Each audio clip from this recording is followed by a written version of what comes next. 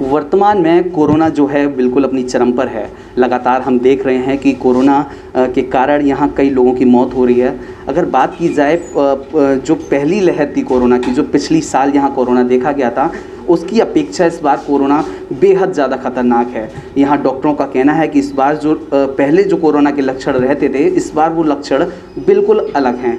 फ़िलहाल लोगों में कई तरीके की शंकाएं हैं कि मतलब अगर बुखार आता है या अन्य कोई लक्षण होते हैं तो लोगों में थोड़ा सा डर है कि कहीं मुझे कोरोना तो नहीं होगा।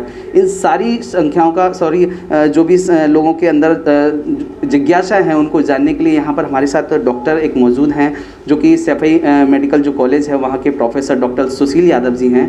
हम उनसे यहाँ बातचीत करेंगे और जो हमारे दर्शक हैं उनको जो उनकी समस्याएँ हैं उनका समाधान कराएँगे। सर, बहुत बहुत स्वागत है आपका। हाँ, तो जैसे कि सभी लोग जान ही रहे हैं कि कोविड के केसेस हमारे इंडिया में इस समय पूरे वर्ल्ड में जो 24 आवर्स में जो सबसे ज़्यादा केसेस आ रहे हैं पूरे वर्ल्ड में इंडिया में आ रहे हैं। हमारे भारत देश में प्रतिदिन 4 लाख से ऊपर केसेस आ रहे हैं। तो ये जो केसेस बढ़ते जा रहे हैं, इसका एक तो रीज़न जो अभी रिसेंटली 2 दिन पहले ही CDC की एक संस्था है जिन्होंने बताया कि ये कोरोना हवा द्वारा जो फैल रहा है उसके द्वारा भी लोगों के पास फैल रहा है। तो सबसे पहले इनको बचाव के लिए हमें मास्क का प्रयोग तो करना ही करना है। चाहे आप घर के अंदर भी रहें तब भी मास्क का प्रयोग करें। घर से बाहर निकलने पे तो लगाएं ही लगाएं, घर के अंदर भी मास्क का प्रयोग करें। दूसरी चीज़ ये है कि कोरोना की जो पहली लहर थी जो पिछली साल हम लोगों ने देखी, और ये दूसरी लहर है। पहली लहर में ज़्यादातर लोगों में बुखार और उसके बाद उनके सिर दर्द, शरीर दर्द, जुकाम, गले में खराश, खांसी, इस तरह के लक्षण हुआ करते थे और सांस में दिक्कत और सीने में दर्द। लेकिन और साथ में वो RT-PCR में पॉजिटिव भी आ जाते थे और CT स्कैन में CT स्कैन में धब्बे दिखाई देते थे। इस बार की जो लहर है इसमें ये देखा गया है कि इस बार कई सारे पेशेंट ऐसे आते हैं जो कहते हैं उनको पेट में दर्द हो रहा है, सीने में दर्द हो रहा है, उल्टियाँ हो रही हैं, दस्त हो रहे हैं, इस तरह के लक्षण लेके भी आते हैं। तो ये लक्षण भी कोविड की इस सेकंड लहर के कई पेशेंटों में देखे गए हैं। और RT-PCR में पेशेंट जब टेस्ट कराते हैं कोविड की तो वो निगेटिव आती है रिपोर्ट। लेकिन जब CT स्कैन उनका करा के देखा जाता है तो उसमें देखा जाता है कि उसमें धब्बे पड़े हुए हैं पेशेंट को। क्योंकि शुरुआत में पेशेंट जब भी इस तरह के लक्षण आते हैं तो उसको वो समझ नहीं पाते हैं। वो सोचते हैं साधारण टाइफाइड बुखार या कुछ ऐसा बुखार हो गया होगा जिसकी वजह से हमें पेट में दर्द या बुखार, उल्टी और सिर दर्द हो रहा है। तो उसके चक्कर में वो अपना ट्रीटमेंट लेते रहते हैं। लेकिन जब थोड़ा डिले हो जाता है और सांस लेने में दिक्कत होती है, सीने में दर्द होता है, तब वो जाके किसी चिकित्सक के पास पहुंचते हैं और वहाँ जाके जब उनको एडवाइस किया जाता है, कोविड RT-PCR या CT थोरैक्स के लिए बोला जाता है, तब जाके पता चलता है कि वहाँ पे 40 से 50% तक उनका लंग जो है डैमेज हो चुका है। तो सबसे पहले तो हमें ये देखना है कि शुरू के पहले हफ्ते में अगर किसी को बुखार अगर आ रहा है तो उस बुखार को आप एक कोविड फीवर की तरह ही मान के ट्रीट करिए। पेशेंट को बोलें कि वो गर्म पानी की भाप लेते रहें और कुछ दवाइयाँ जो भारत के स्वास्थ्य मंत्रालय द्वारा दी गई हैं, बताई गई हैं जानकारी में, कि एजिथ्रोमाइसिन अथवा डॉक्सीसाइक्लिन दिन में 1 बार लेते रहें। और आइवरमेक्टिन की टैबलेट 12 मिलीग्राम की 3 दिन तक खानी है, दिन में 1 बार। पैरासीटामोल बुखार आने पे आप सुबह, दोपहर, शाम तक ले सकते हैं। मॉन्टेयर LC या जैसे सिट्रिजिन की टैबलेट हम लोग यूज़ कर सकते हैं। और इसके अलावा एक विटामिन C और जिंक की टैबलेट का कॉम्बिनेशन आता है, वो चूसने वाली टैबलेट अपना लेते रहें। गर्म पानी की भाप लें। इसके साथ में एक ब्यूडेसिनाइड होता है, उसको आप एक रेस्प्यूल के थ्रू इनहेल कर सकते हैं, जो हम लोग सिस्टमिक स्टेरॉयड देने के बजाय शुरुआत के लक्षणों में हम इनहेल फॉर्म में स्टेरॉयड देने के लिए बोलते हैं।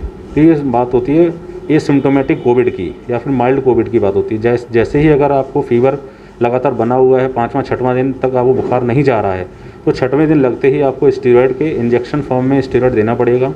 और CT थोरैक्स करा के देखना है वहाँ पे कितने धब्बे पड़ चुके हैं, चेस्ट हमारा कितना, लंग्स हमारे कितने डैमेज हो चुके हैं। तो स्टेरॉयड स्टार्ट करते ही हम पेशेंट को काफ़ी अच्छे इंप्रूवमेंट देखे गए हैं। खून पतला करने की दवाइयाँ आती हैं जो अभी रिसेंटली देखी गई हैं, जिसमें इकोस्प्रिन है या फिर रिवोरेक्साबेन है, या फिर एक इंजेक्शन आता है लोअर मॉलिक्यूलर वेट हेपेरिन का, वो इंजेक्शंस दिए जाते हैं।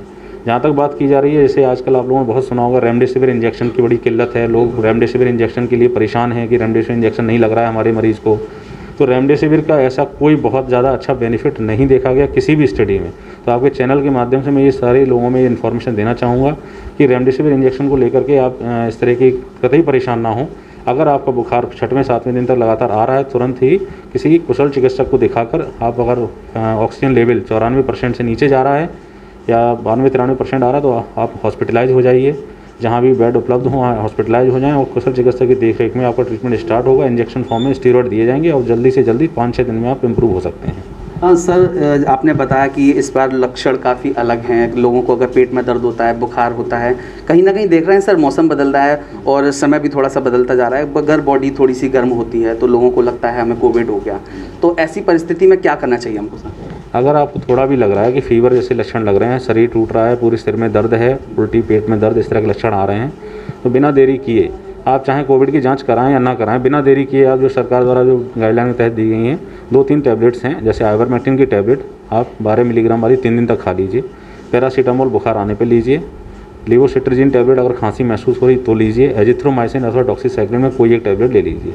अगर आप जैसे कोई पेशेंट, कई सारे पेशेंट होते हैं जो हार्ट के मरीज़ हैं, डायबिटिक हैं, गुर्दे के मरीज़ हैं, लिवर के मरीज़, कैंसर के मरीज़ हैं, ऐसे मरीज़ों में थोड़ा सा ज़्यादा ध्यान देने वाली बात होती है। ऐसे मरीजों को अगर बुखार के लक्षण आ रहे हैं, खांसी, सांस में दिक्कत है, तो तुरंत ही किसी कुशल चिकित्सक को दिखा के ही इलाज लें, ऐसे ना लें। सर वर्तमान में देख रहे हैं कि लोगों को ऑक्सीजन की बहुत दिक्कत हो रही है, सांस लेने में दिक्कत हो रही है।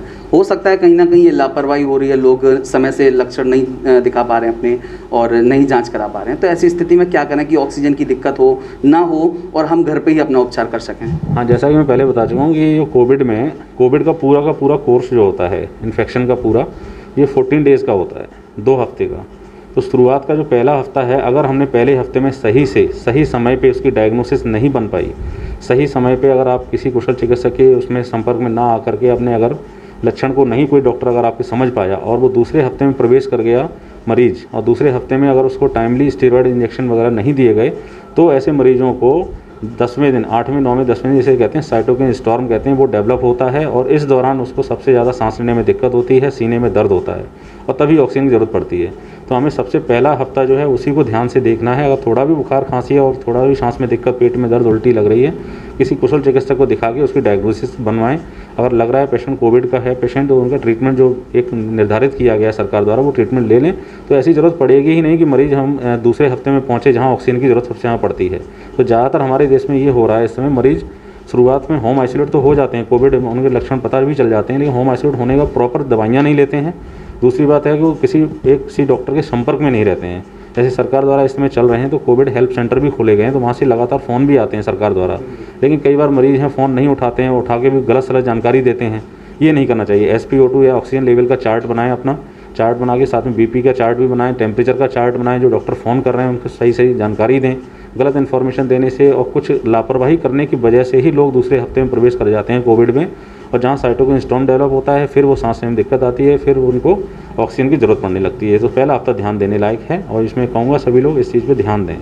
सर एक सवाल हम आपसे और करेंगे, जैसे कि अभी लगातार बता रहे हैं कि ये दूसरी लहर है और आगे आने वाले समय में ये तीसरी लहर भी आने वाली है, तो सर ये मानव जाति के लिए कितनी खतरनाक हो सकती है और कैसे हम और इसके लिए बचाव करें? देखिए, जहाँ तक जो वायरल फ्लूज़ होते हैं, जैसे कोविड भी एक कोरोना वायरस के द्वारा फैलाया गया फ्लू वायरस है ये। तो इससे पहले एक स्पेनिश फ्लू आया था 1915 में। स्पेनिश फ्लू की भी इस तरह की 5 लहरें आई थी, मीन्स 5 बार पूरे विश्व को उसने अपनी चपेट में लिया था। सेम कंडीशन कोविड के द्वारा भी हो सकती है। तो जैसा कि पहली दूसरी लहर तो हम लोग देख चुके हैं, कई देशों में जैसे ब्राज़ील है, इटली है, वहाँ पे तीसरी लहर चल रही है इस समय, और अभी हमारे देश में दूसरी लहर चल रही है। तो हमें अभी से ही दूसरी लहर के बाद तीसरी लहर के लिए तैयारी अभी से करनी होगी। जैसे वैक्सीन आप लगवा सकते हैं। वैक्सीन जितने भी लोग हैं, अभी सरकार द्वारा 18 साल से ऊपर के लोगों को बता दिया गया वैक्सीन लगवाएं। तो वैक्सीनेशन एक अच्छा उपाय है। दूसरा, मास्क का प्रयोग करें। तीसरा, अपनी इम्यूनिटी बढ़ाने के लिए एल्कलाइन फूड खाने का कोशिश करें। एल्कलाइन फूड लें ज़्यादा से ज़्यादा। जितने फास्ट फूड हैं जिनसे हमारी इम्यूनिटी कम होती है, ऐसे फूड लेने, और जैसे कोल्ड ड्रिंक्स वगैरह हैं जिनसे हमारी इम्यूनिटीज़ या एसिडिक फूड हैं वो कम लेके एल्कलाइन फूड ज़्यादा लें, जिससे कि हम तीसरी लहर का मुकाबला कर सकते हैं और वैक्सीनेशन करवा लें। तो हमारे साथ यहाँ पर थे डॉक्टर सुशील यादव, जहाँ पर उन्होंने बताया कि वास्तविकता में जो लोग अभी लगातार लापरवाही कर रहे हैं उनको सचेत हो जाना चाहिए, क्योंकि लोग हैं जो कोरोना को बहुत ही हल्के में ले रहे हैं। वास्तविकता में तो ये है, ये जो दूसरी लहर है ये लोगों के लिए बहुत ही ज़्यादा खतरनाक है। वहीं उन्होंने हमें ये भी बताया कि अगर आपको कहीं से भी थोड़े से भी लक्षण दिखते हैं तो तत्काल कुशल चिकित्सक को जाँच कराएँ, अपना ट्रीटमेंट है। अगर जरा सी भी लापरवाही करते हैं तो बिल्कुल आपको अपनी ज़िंदगी से हाथ धोना पड़ेगा।